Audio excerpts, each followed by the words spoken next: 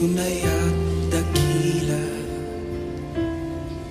Ang pag-ibig mo'y wagas at walang kapantay sa aming puso, sa aming buhay. Pagpurit, pagsambay, iaalay.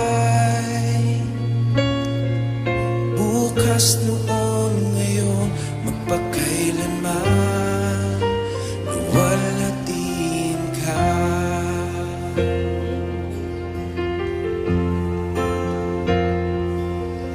Katapatan mo, Diyos, tunay at dakila. Ang pag-ibig mo'y wagas at walang kapantay sa aming puso, sa aming buhay. Papurit, pagsambay, iaalay. Bukas,